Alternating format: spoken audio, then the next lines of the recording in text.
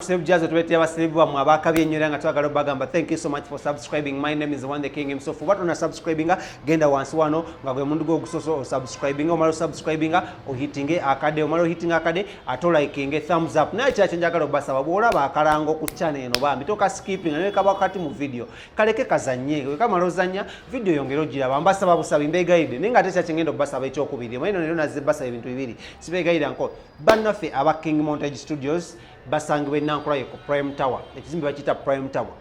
yambuka madala g'ekizimbe era bono tukojja kola ekifaananyi kyayo kiriko King Montage Studios yambuka waggulu mu kizimbe ekyo tuka ku level 3 ekiduuka owa studios zaabwe ziri ku D04 tukuba ebifaananyi by'embaga tukwata video z'embaga n'okwanjula tukwata video birthday party tukwata graduation party tukwata emikolo ejeja n'oba oyagala mukolo gwa kufiirwa ng'oyagala tujje tugukwata ku video tusobola okugukola ate akenjalo ke twalese ku Celeb Jazz oyina mukolo gwa nabaki ng'oyagala tugulaga abantu bagulayo wano ku Celeb Jazz enyene tukubire ku simu zaffe zino wammanga 0702104425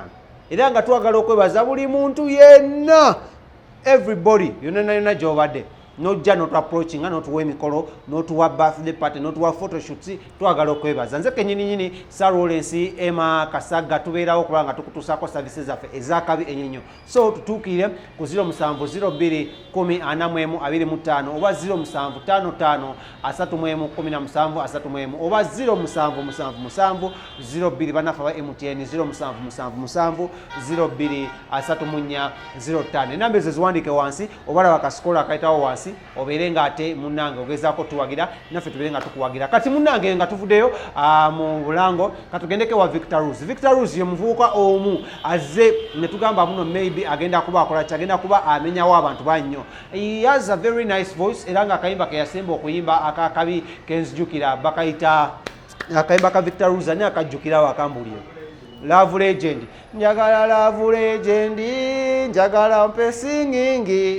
bye byannemo okuyimba alina Victor Rose twamuguddeko nga tugezaako okwogerako naye ku bigenda mu maaso mu bulamu bwe yasayiningibwa under Cuts Music mumanyi muno Cuts Music ene akasayininga abayimbi bangi nnyo okulina omuyimbi banyiddwa nga Fie newankwadde kalono bali yali manager ate ngera still ye manager okitegedde yabazaalayo n'amwana so munange Victor Rose nga tumugamba Cuts Music ene egenda etya okitegedde bitambula oba tebitambula kuba abasinga tubalaba bali musayind Black Magic Black Records Black Market ebintu bingi negwe lwaki osigadde mu Cuts Music na Cuts Music eyo yantegeera ate nyambaza empe mmere empe byokulya etumuza so how does it feel okulaba muno wakuba akayimba ka hit song mu bisebe bya COVID ate notafuna budde boka performing nga natubulya ebintu bingi nnyo obyesagala kubanga mudiramu I want to take you to Victor Rose ono the Love Legend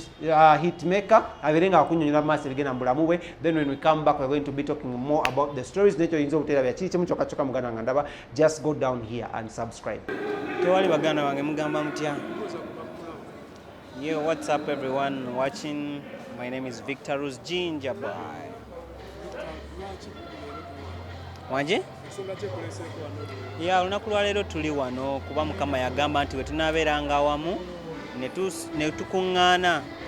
so ne tusaba ajja tuwuliriza ajja tubeeranga makati gaffe so tukuŋŋaanya olunaku lwa leero ffenna buli muntu alina omutima abeerewo tuyambeko ku mwannyinaffe muganda waffe maama w'abantu abamu okitegeera tumufunire kidini twekuŋŋaanyiza mu charity concert ya Evelyn Lago. Eno charity concert in fact ne ku mulyango tubadde tubaako ne ketuwaayo kubanga nange ndi muntu nnumirirwa okitegeera.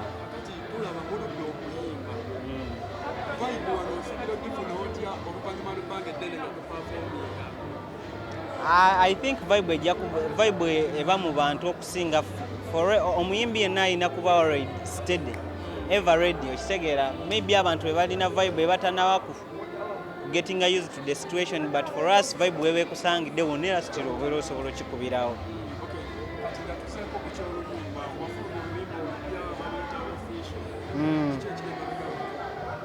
Ya oluyimba lwa official oluyimba lwe nawandiise nga directly integratinze mikolo oluyimba lwa mikolo oluyimba lwa weddings era balinayo weddings eyo mwenna tubaaniriza kubeera kati weddings zetwasigala okuyimbako tewakyali kirala kyakuyimbako so weddings parties different parties it's a celebration song making your partner official removing relationships from brackets, making a public. Yeah, Katsi actually.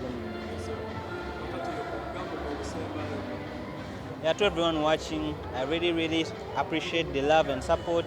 You keep on watching this channel, Victor's Ginger Boy in Chavaletero Muziki Munji. You subscribe to my YouTube channel as well, Victor's. You follow me up on Victor's platforms, Facebook Victor's, TikTok Victor's UG, Instagram Victor's UG, Twitter Victor's UG. Bless up.